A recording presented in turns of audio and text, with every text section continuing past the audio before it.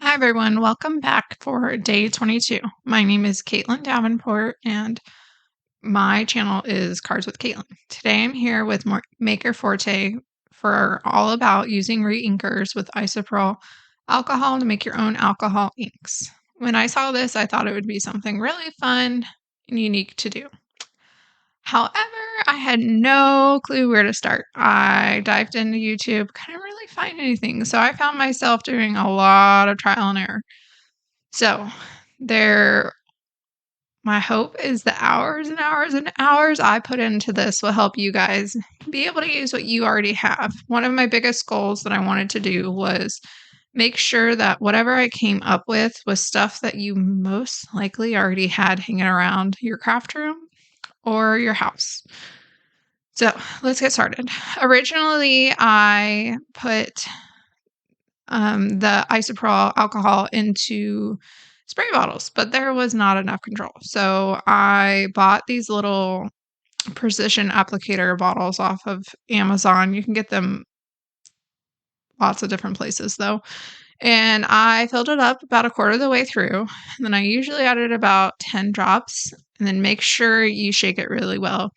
And then you'll be able to tell once you start get going and applying it, whether it was enough or not. If it isn't, just go back and add more. It's not a big deal. The thing I liked about this set that I bought was it came with a little funnel, and that made a big difference. When I was doing the spray bottles, I didn't have a funnel. It was a very, very big mess. Okay, so we are going to start off, and I did the Frappe color first here, and you saw me do the little drops. Now, I did use that straw for part of it. I edited it out. I quickly learned that was not the technique for me because I feel like you get that high alcohol feeling a lot quicker with that. Now, one of the things, because you are making your own inks, is that you want to make sure you're in a well ventilated area. I found that drying it made the process go a little bit faster. One of the things with alcohol that's really important is that you want to do it in layers. Even if you're just waiting a couple seconds before going and adding more, it gives it more depth. And I think that's something that's really important in this art. Now, if you'll notice that I am using Vellum Paper here, there is specialty paper that you can use, but I really wanted to do stuff that you could find already in your house. And a lot of crafters use vellum, so I thought that was a great start. Now, I found out that using just isopropyl alcohol was very, very beneficial. So made that into its own little bottle, applied it here, and then did direct re-inker onto it. Because I really wanted for y'all to be able to do what you had, if that makes any sense. Now, I didn't have one of those fancy tools or anything like that. So I actually got a baster out and it worked amazingly. It's a lot more tiring, I think, than it would be if you had a smaller tool. But I mean, you got to work with what you have. And I mean, look at the way that it moves the air. And I found that working with the baster and the heat gun, sometimes at the same time, made a huge difference. Now, you might notice that my green is actually separating. And if you remember anything about basic colors, is that green is a secondary color. Primary is red, blue, and yellow. And for us to make green, we have to use blue and yellow. So what the alcohol appears to be doing is separating it. But I kind of used it to my advantage, and I like how it gave multiple different colors. Now, I think if you go with true alcohol inks, you probably don't run into this as much, but I thought it was cool. So I ran with it, and I like how out of one color you could kind of get several different hues, which, I mean, it takes a lot of work to do sometimes with just mixing colors, and here it just did it for itself. So, I mean, that's a positive outlook to look at it with.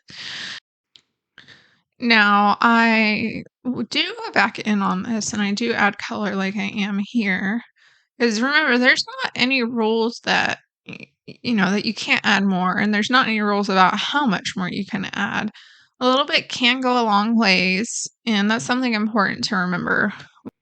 You can use less re-inker ink and use more isopropyl alcohol. It's going to spread the ink around, and it's going to make it go further. Now, keep in mind, the more you use, the more translucent it will become. But it spreads it thin and it kind of gives a cool look, especially with the vellum. So I'm really loving what it did, honestly. Now, one thing to remember is vellum does roll. So the wetter you get it, the more that it's gonna probably roll up on you. And so, that was part of playing with it, was how much alcohol makes it start to roll. And one of the more important things that I realized is, following it up with air while you're holding it down really makes a big difference. Or following it up with heat and it kind of helps it stay flat. Also, making sure that you're wearing gloves. I don't know if you noticed me put them on there, but I guess I'd taken them off for some reason and didn't put them back on. And, your fingers will get dyed and they will be that color for a while. So if you have any kind of, glove, these are my husband's grill gloves that he uses for working with meat. There's basic kitchen gloves. There's Happy with black. Get them out and do it. So now here I went ahead and just did direct ink to page and then applied the alcohol. Started off with a little bit and then added more. This is when I, started experimenting more, and I did try shapes to see how that did. It didn't pan out, so I didn't include it because this video is already super long. But, you can see that applying a little tiny bit of ink and then the alcohol, look how far it goes. You can cover almost the whole page. And some of it's dark, some of it's light. And the cool thing about that is then you can use those pieces to be something fun and intricate. And, you'll see me add more alcohol. One of the things that you do want to be mindful of is wherever you apply the isopropyl, it's going to disperse some of the ink there. So if you want that part to stay dark, you probably shouldn't add it right directly on. And so that was part of learning how to do it. And, I highly encourage you guys to just sit down an evening and then do it. And then one of the things I do want to mention is use some form of silicone mat. I think that was a lifesaver here. And just get a squirt bottle of straight up isopropyl alcohol, spray it down afterwards, wipe it up, comes right up. Makes life so much easier. You don't have to worry about ruining your mat down below. If you have a glass mat, you can do that too, but I went with the stencil mat and it worked well for me. So now we are moving on. I'm adding green to this red background that I've already done. And I'm letting it get messy. I'm adding more isopropyl that I've done in the past to kind of see what kind of look I can get. And I'm really loving it, actually. My whole idea with this was to do red and green for a mug for one of the stamps from Maker Forte.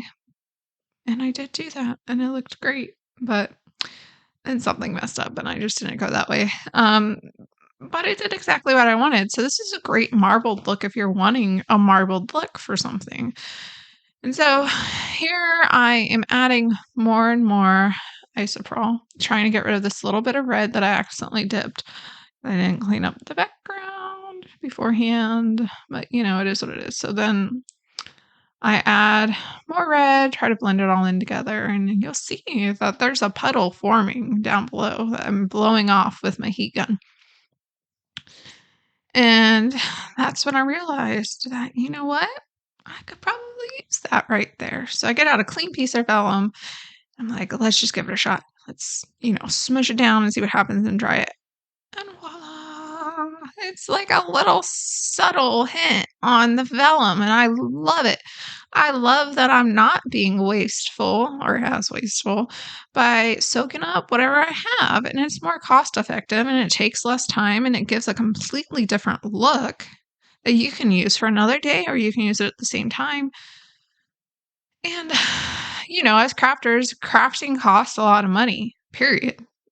It does, unfortunately. And so when I can find something that I can get more uses and make things spread thin, then I'm all for it. And me using the leftovers that comes off of my paper to make a completely different background is a huge win in my book. And then that was when I was like, you know what?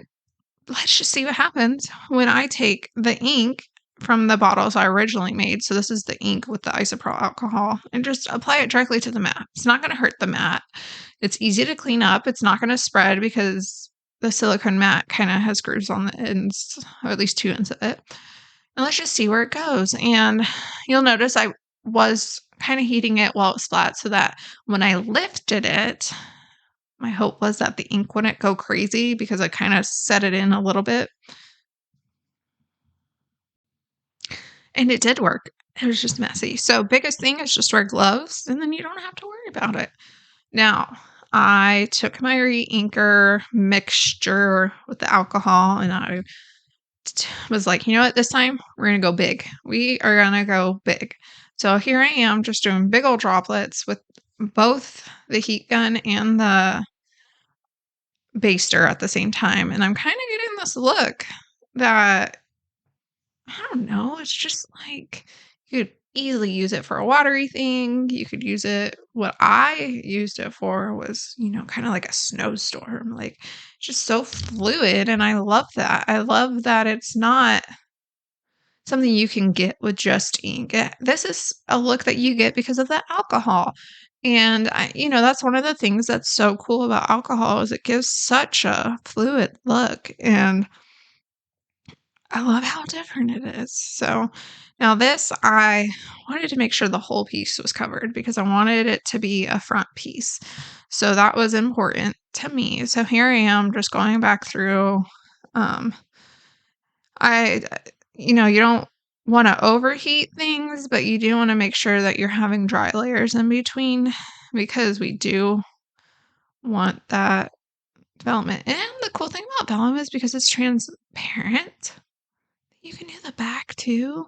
Or, when I was doing the smushing of the ink, I could do both sides. And it didn't matter if it was completely designed on one side because whatever was on the back side poked through and made a complete image. And that's, a really cool thing about working with vellum and this alcohol inks. And look at just the shine there. All right, now I'm stamping my gingerbread man onto the Frappe colored one I made. And I did dry it just a tiny bit so that it didn't smear. You don't want to over dry it because you don't want it to start curling. And now I am going to stamp some snowflakes and we are going to heat emboss them onto our blue background. I did cut out the first part because my head was just kind of in the way, and this video is already super long, and y'all get the gist of me stamping snowflakes. Basically, you just want to kind of do it sporadically. Snowflakes, they don't fall in a correct order. There's no right or wrong way to have snowflakes. Snowflakes are a unique thing. I did go ahead and I am pouring some silver embossing powder. Now, in theory, when you use the anti-static powder or cornstarch before you put down the wet ink for your embossing powder, that is what will prevent random specks from getting throughout your project. Nothing in my life goes according to theory. I don't know about you, but that's just how my life works. So when that happens, you just want to get your little paintbrush out, a dry, clean paintbrush, and wipe off any specks that you see. Now, in the middle, I had stamped it previously off camera, and it didn't turn out. And so then it just catches the powder no matter what I did. So, but honestly, I'm not a naturally gifted embosser. I just not. So I really don't do it unless I'm okay with there being random specks of shimmer left behind. And I feel like with a little swirl of a blizzard or, whatever you want to call this, I feel like random specks of glitter are just perfectly fine. So I'm okay with that. Remember that when you're using a heat gun, it is hot. So keep that in mind whenever you're using a heat gun at all. Keep that in mind when you leave it out. Make sure it's unplugged. Make sure you don't have kids around touching it, all that other stuff, because silver part is hot. Keep that in mind with the gloves too. You don't want to accidentally heat them up too much and then they'll melt to your hands. Okay, now that I'm off that little soapbox, I wanted to leave in my little mug to show you how cool it would look if it was marbled. I mean, stamp it, let the ink dry. You could heat gun it a little bit. You just want to make sure you're not going to smear it because ink does take a long time, or not a long time, but longer than normal ink to dry on vellum. But it just looks so cool and I love it. And so this is one of those cool things you can do with alcohol ink. So I highly encourage you to try that. I wasn't kidding when I said I spent hours and hours and hours working on this. So my memory card did get full and I accidentally deleted some videos that I thought were already uploaded, but they weren't. So sorry about that. But here's the gingerbread man.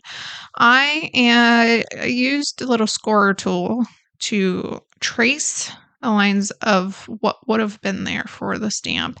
And now I'm putting it back in with a black marker. Now, the silver part of the cup, I did use a Versamark marker and I got it all wet and then embossed it with the same silver powder that we used for the snowflakes because I felt like the white mug was just too much. And originally with the marbly mug that I had tried, I embossed a sentiment directly onto the mug and it turned out great. And I had a fun little topper for it, and it wasn't a gingerbread man, but then when I embossed it, it messed up with the embossing of a different part, and it was just time to scrap it, unfortunately. But here we are. Sorry my head was in the way so much, but for that, you really wanted a light and to be right over the top to be able to see what you're doing. So now was the fun time of me. I really wasn't sure where to put it.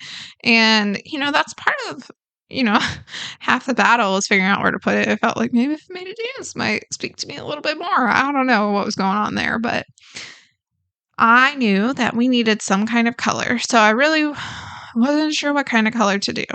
So I got a few colors out and I was like, okay, let's just see what happens. I'm going to use my scrap gingerbread man and the marble mug that I no longer am using to kind of be my outline because now I'm looking at it and I'm like, you know what would be super cool with this fun, happy gingerbread man? There were just marshmallows all over the place, all around him. Like, how awesome would that be? Like, you're having a bath in a mug of blue hot cocoa and there's just marshmallows going everywhere. And, I feel like the expression on his face just like screams like, oh, I'm swimming in a hot cocoa bath and there's marshmallows everywhere and life is awesome. And so I thought, a pearl satin embossing powder would be perfect for that. Now, it didn't come up as white as I thought it was going to, but it's okay. It turned out great. So I'm really happy with that. Footage got deleted. I don't know what happened. I'm sorry about that. But it's basically, the same process as I did with the snowflakes. I tried it on 2 different ones to see what I liked. I tried closer together and more sporadic. I went with the one that was more sporadic. And, I really liked what I did with it. So we are going to move on to the circle sentiment for my snowflake card. And originally I tried it on a dark blue and it was too much. So I tried just white. Not good. So I got a shimmer spray out because, I love a shimmer. And I was like, you know what? We're going to make a paper with this. Tried taping it to see if that would make it any, it didn't matter if I taped it. It was going to curl no matter what, honestly. So I used vellum paper to catch it because I don't want it going everywhere. In hindsight, I probably should have just got out the glass mat, but I didn't. It cleaned off my mat somewhat, so I got to go back at it more later. But so we are making our shimmer paper, and I wasn't sure what I was going to do next. I just knew that I wanted to be an even shimmer. So that is something that you do want to pay attention as you're drying it. You do want to make sure that you're moving it because if not, it'll just have like little pool lines and you don't want that. So I was trying to think, how do I get this to look cohesive with this alcohol ink background? And I was like, you know what? I made all of these bottles of alcohol inks. Let's use them again. Let's color our paper. Let's see if that will work. And so, I'm laying it down with the blue first, seeing how it does with that. And, make sure you have something down below it to kind of catch the ink, because it is messy, because I'm wanting to make sure that I don't have dots, because you can kind of see there where I originally did. There's just like little dots. So you want it to go fast. You want it to be fluid, because alcohol will leave little darks of pool of the dark color where it started. So if you just put a bunch at once, you're going to avoid those dots. So that was my goal there. And I then was like, okay, well, that's too blue. So then I was like, okay, let's add the Frappe color on top of it. And I'm like, all right, well, make sure we reshake it up, because, the color could have separated a little bit. I don't know. It's my first time working with it. So, but then it was just too dark and it was more of a green. So I was like, okay, let's add some more blue. Let's make it the shade of blue that I'm wanting, because essentially I was just wanting it to be a little bit darker of a blue. Now, granted, this is a very, very pretty green, but it just was not what I was looking for at the time. So I decided to test the colors out on a scrap piece of paper. I thought maybe if we put down brown first and then blue, maybe that would give me more of the color that I was wanting. I had previously done just shimmer and then the sentiment embossed on it to see how I liked it, and it was too white. I couldn't do it. So that's, I was like, okay, let's pour some color on it. I can't run it, if it gets ruined, we'll just try again. Not a big deal. I've already been at this for forever. But, I put blue on it and I was like, okay, let's see how this turns out. And it got really wet. So when that happens, just turn it over and dry the back, because I didn't want to overheat the sentiment in the front and have the sentiment get all bubbly. That was part of the reason I had to get rid of the mug originally. Now, I quickly learned that I could not make the blue that I wanted. Imagine that.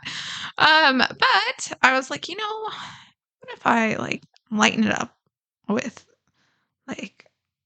what if I darken it up with a dark blue, but then I lighten it up with a white, and then I use some kind of die cut that kind of feels like a snowflake, but still a circle. Well, that sounds like it's going to work for me. So that's what I did. And I think that was honestly the best answer for me. Now, I wasn't sure if the glitter was going to come off or not, and I didn't want that getting everywhere. So I did use something else to press down on it.